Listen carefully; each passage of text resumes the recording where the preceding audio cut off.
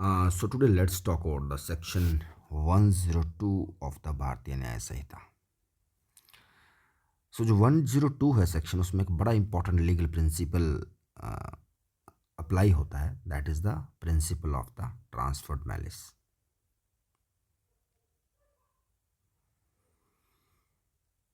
So what is the principle of this transferred malice? What is the doctrine of transferred malice? Let's see that. So this is doctrine. It ensures that a person cannot escape criminal liability simply because the actual victim differs from the intended target.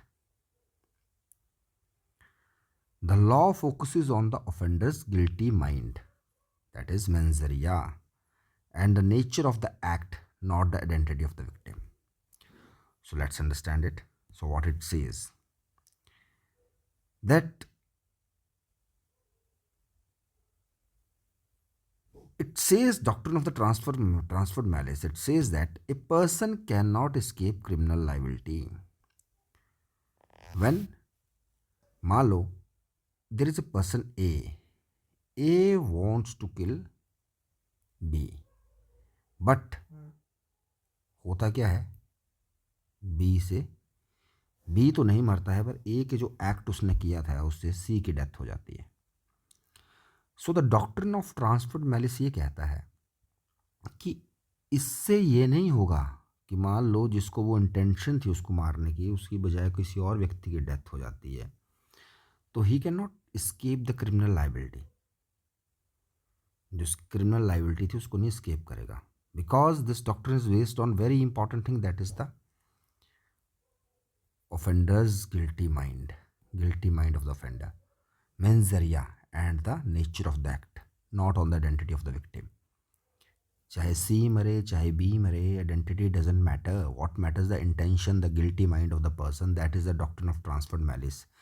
कि इसका एक act किया है इसने, उसको पता है कि इस एक्ट से किसी की डेथ हो सकती है, और उसने वो एक्ट विद इंटेंशन किया है, विद नॉलेज किया है.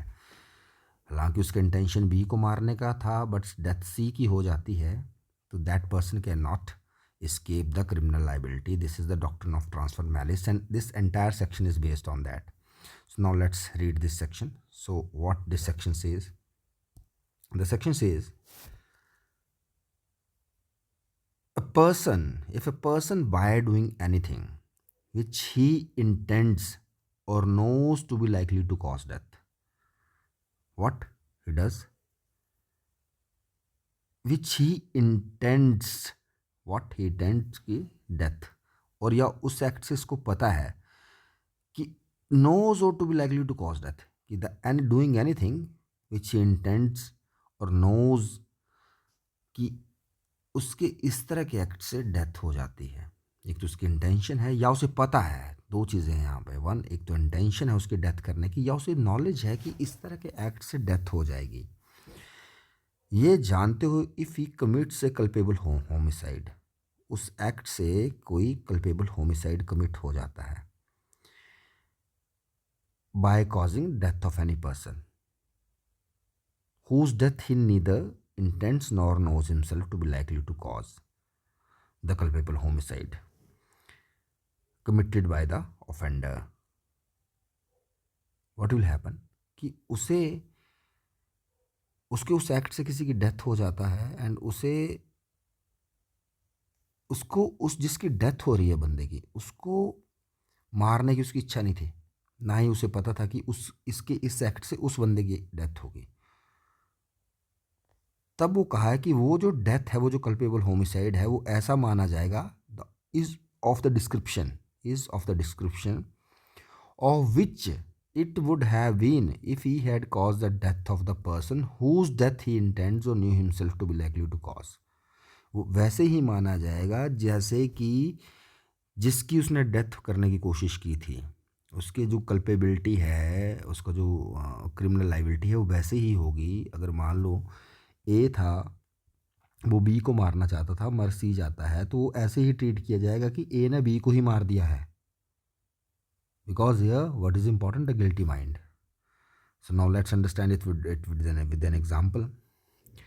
So example, if a person A aims a gun at person B with the intent to kill, but the bullet misses B and accidentally kills a bystander C, then under section 102, A is held liable for the culpable homicide of C as if A had successfully killed B.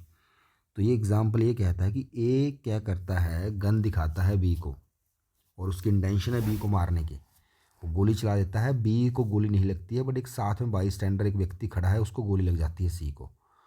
तो section 10 के according वो ऐसे ही माना जाएगा, उसको culpable homicide को ऐसे consider किया जाएगा कि ए ने बी को ही मार दिया है, चाहे भले ही मर सी गया, बट वो उसकी कल्पेबिलिटी को ऐसा ही कंपेयर किया जाएगा, मतलब ऐसा ही ट्रीट किया जाएगा दैट उसने ए ने बी की ही डेथ कर दी है। So this is section 102।